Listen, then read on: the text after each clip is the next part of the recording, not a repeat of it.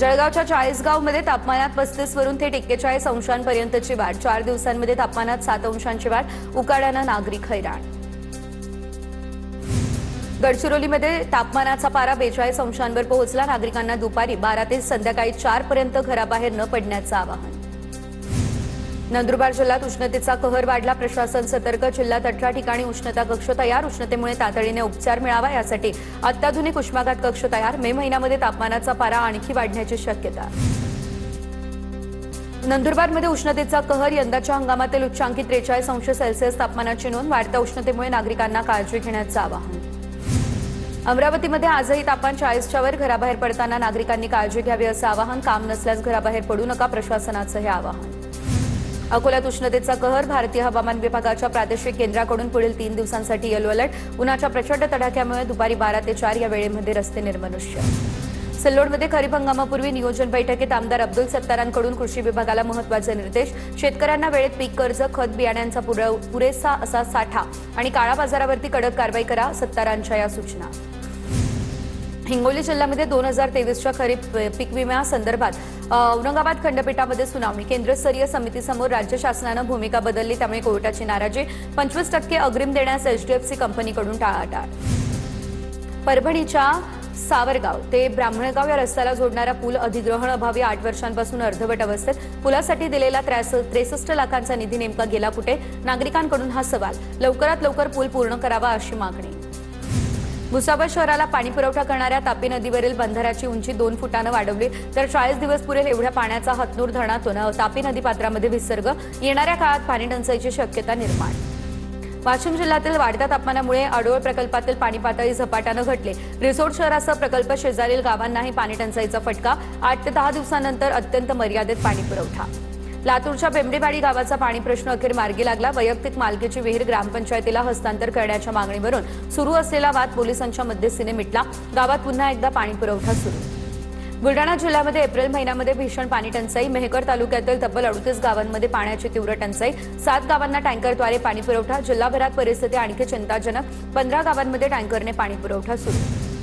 अहिलानगर जिल्ह्यामध्ये सध्या 43 गावांमध्ये पाणी पुरवठ्यासाठी 20 टँकर। पारनेर आणि संगमनेर तालुक्यामध्ये सर्वाधिक टँकरने पाणी पुरवठा। नवीन प्रस्ताव आल्यानंतर कार्यवाही करण्याविषयी जिल्हाधिकारी पंकज आशिया यांचीही माहिती। धुळे पारोळा या रस्त्याच्या दुभाजकावरती लाखोंचा खर्च करून वृक्षारोपण, मात्र पाणी दिलं जात नाही, त्यामुळे झाडं जळायला सुरुवात। महापालिकेने झाडांना पाणी घालावं अशी नागरिकांची मागणी। अवकाळी पावसाला सावंतवाडीला जोरदार फटका। मोती तलाव काठची झाडं पडली, तर काही स्टॉल्स आणि माझगाव परिसरात झाडं उन्मळून पडली, त्यामुळे घरांचं मोठ्या प्रमाणात नुकसान। रायगडच्या महाडमध्ये अवकाळी पावसाचा कहर। वादळी वाऱ्यामुळे इमारतींचे पत्रे उडाले, तर पावसामुळे मालमत्ताचं मोठं नुकसान। अचानक आलेल्या पावसानं नागरिकांचीही तारांबळ। सोलापूरच्या सातोली परिसरामध्ये वादळी वाऱ्याने नुकसान झालेल्या केळी पिकांचे पंचनामे करण्यास सुरुवात। TV9 मराठीच्या बातमीचा इम्पॅक्ट। सहाय्यक कृषी अधिकारी आणि ग्राम महसूल अधिकारी शेतकऱ्यांच्या बांधावर पोहोचले।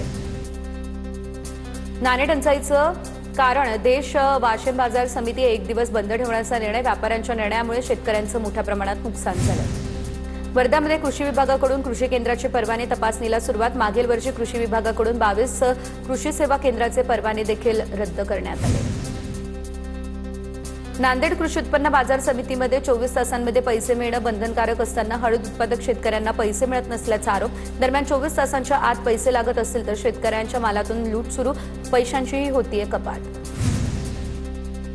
40 गावात पारंपरिक मडके विक्री करणाऱ्या कारागिरांवरती आर्थिक संकट। पारंपरिक व्यवसाय हा आता धोक्यात। बदलत्या जीवनशैलीमुळे आणि फ्रीजसारख्या आधुनिक साधनांच्या वापरामुळे मडक्यांच्या विक्रीमध्ये घट। धुळ्याच्या शिरपूरमधील खर्दे गावातील शेतकरी भरत गुजर यांनी आपली पपईची बाग तोडली। पपईला योग्य दर मिळत नाही, त्यामुळे हतबल झालेल्या गुजर यांनी बाग तोडण्याचा निर्णय घेतला। निकालाआधीच पुणे मार्केट यार्डात सुनेत्रा पवार यांचे बॅनर झळकले। मतमोजणीपूर्वी सुनेत्रा पवारांच्या विजयाचा कार्यकर्त्यांकडून दावा। राष्ट्रवादीच्या कार्यकर्त्यांकडून विजयाची तयारी। महिला आरक्षण विधेयकाला विरोध हा 70 कोटी महिलांचा अपमान। भाजपच्या माजी खासदार हिना गावित यांची काँग्रेस आणि विरोधकांवरती टीका। साताऱ्याच्या कराडमध्ये छत्रपती घराण्याच्या वतीने एनसीईआरटी विरोधात एल्गार मोर्चा। तर एनसीईआरटीच्या इतिहासाच्या पुस्तकातून मराठा साम्राज्याच्या विस्ताराचा नकाशा हटवण्यात आला, त्यामुळे छत्रपती घराण्याकडून निषेधही व्यक्त। पुण्यश्लोक अहिल्यादेवी होळकर यांच्या त्रिशताब्दी महोत्सवानिमित्त विशेष यात्रेचं आयोजन. गोदा ते नर्मदा यात्रेला उद्यापासून प्रारंभ. शिर्डीमध्ये 30 नद्यांच्या जलकलशांचं पूजन केलं जाईल. ठाण्यात महिला आणि बालविकास विभागात 73 कोटींचा घोटाळा झाल्याची बाब. महिला आणि बालविकास निधी गैरव्यवहाराची चौकशी होणार. मंत्री आदिती तटकरे यांचा हा इशारा. मुंबई पुणे एक्सप्रेसवेवरील 3.5 तासांचा ब्लॉक आता संपला. पुलावरील शटरिंगच्या कामासाठी लोणावळा ते किवळे हा मार्ग आता बंद करण्यात आला. सावंतवाडीमध्ये रामेश्वर प्लाझा इमारतीचं शेड अचानक समोरच्या एसपीके कॉलेजवरती कोसळलं. रात्री उशिरा ही घटना घडली. सुदैवानं जीवितहानी टळली अशी प्राथमिक माहिती. वर्ध्यामध्ये ग्रामपंचायतीमध्ये सरपंचांना प्रशासक म्हणून नेमण्याच्या मागणीसाठी आंदोलन. जिल्हा परिषदेपुढे वर्धा जिल्हा सरपंच संघटनेचं आमरण उपोषण. जिल्ह्यातील 315 सरपंचांना प्रशासक म्हणून नेमण्याची देखील करण्यात आली मागणी. नांदेडच्या लोहा तालुक्यातील दापशेड गावामध्ये स्मशानभूमीकडे जाण्यासाठी रस्ता नाही, त्यामुळे गावकऱ्यांचा संताप. मृतदेह ग्रामपंचायत कार्यालयासमोर ठेवून मृतांच्या कुटुंबियांचं आंदोलन. रस्ता व्यवस्थित नाही, त्यामुळे प्रशासनावरती ग्रामस्थांची नाराजी.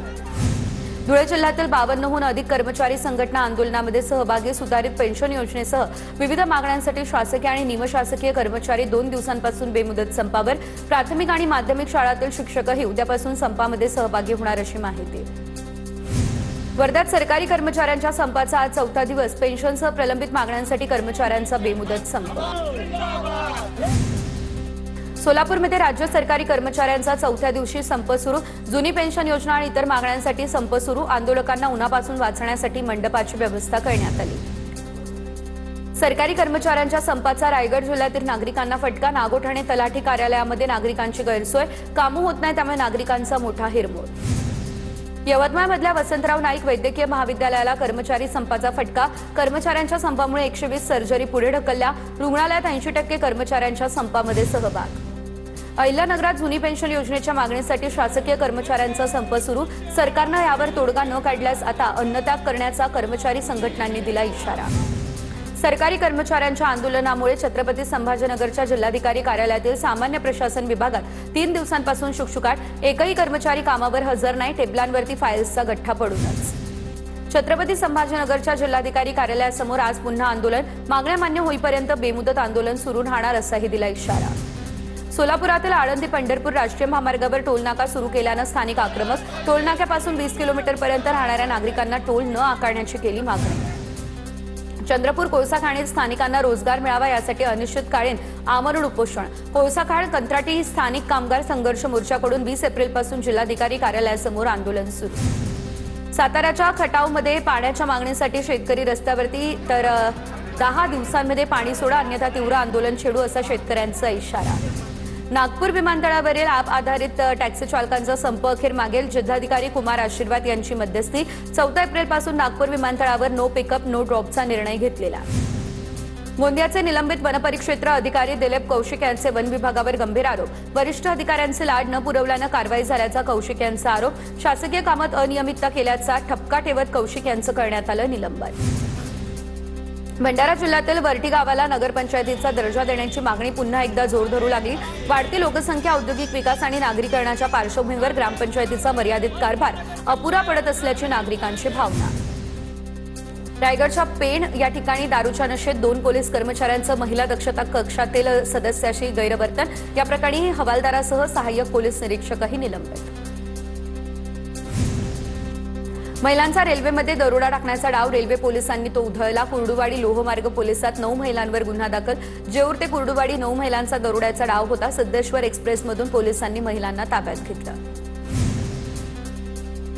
जळगाव वाहतूक पोलिसांकडून जप्त केलेल्या सायलेन्सर फॅन्सी नंबर प्लेटवर कारवाई. 100हून अधिक सायलेन्सर, 150 पेक्षा जास्त जप्त.